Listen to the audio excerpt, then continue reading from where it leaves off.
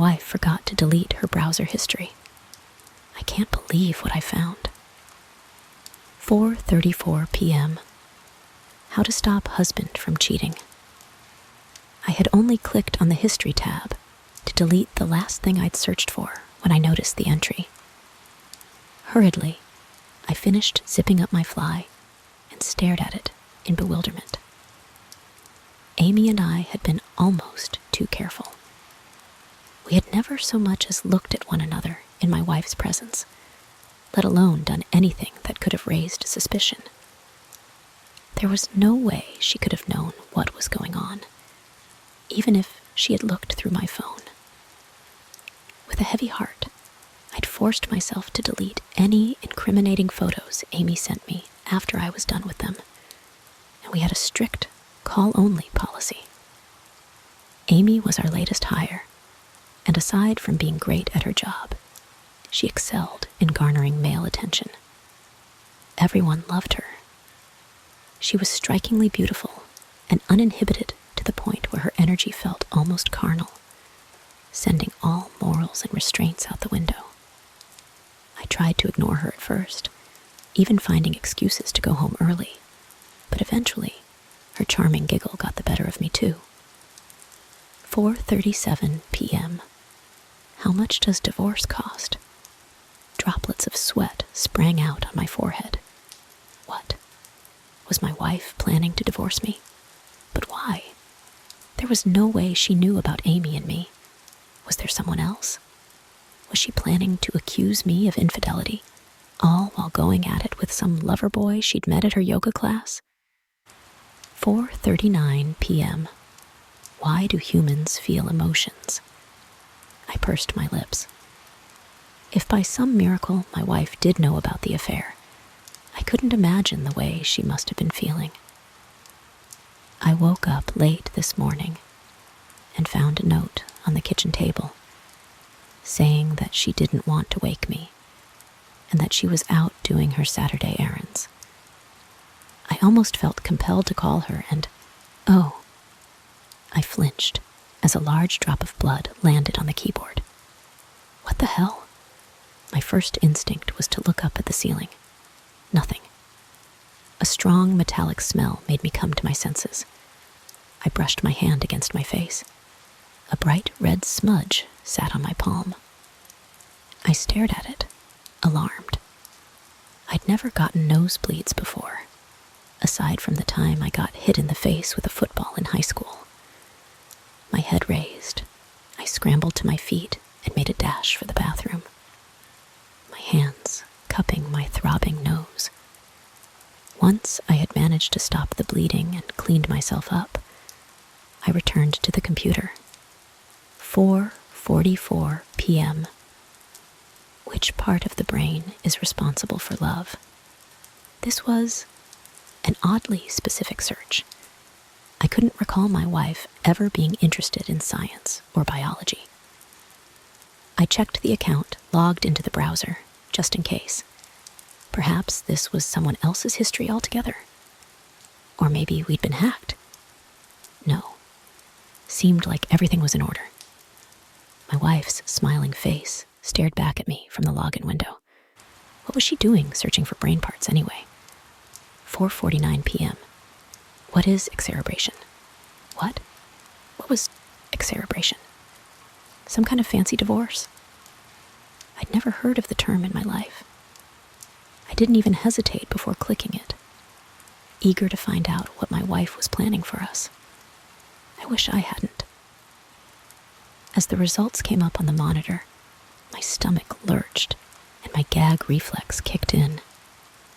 The images were graphic enough for my hand to automatically gravitate towards the return button, but a short paragraph in bold caught my eye. An ancient procedure involving chiseling through the bone of the nose in order to scoop out the brain matter. My heart hammering in my chest, I clicked the back button and scanned the rest of the entries. 5:01 p.m. Can a person live without the hypothalamus? 5:05 p.m. Location of the hypothalamus. 5:11 p.m. how much temazepam is safe. My skin crawled as I read, but I couldn't look away. I was so immersed that I didn't even hear the front door bang. "Honey, I'm home." I stared at the wall, too shocked to reply. What was I meant to say? How was I supposed to ask her about all this? "Hello?" she called again, her heels clacking towards me. Hey," I choked, throwing the box of tissues into the drawer. "How was—" "Oh, good," she smiled as she appeared in the doorway. "How are you? You had quite a lot to drink last night." I stammered. "I did?" She studied me, as though she wasn't sure whether I was joking or not. What's all this?" I asked, gesturing to the computer screen. She joined me at the desk, frowning at the clammy wood surface. "What?" I pointed at the browsing history, my index finger shaking visibly in the air. "Oh," she flushed, 2 pink spots appearing on her cheeks. "Well, you did say we could try it, so I had to do a little research, you know." "What?" I said we could try. "What?" "Oh," she waved her hand dismissively. "The XE something. You probably know better." My blood ran cold. The excerebration. "Karen, what did you do?" But before she could say anything, a splash of blood landed on the carpet. And then another one. And another. Karen watched me, her skin growing pale. "Ooh, what?"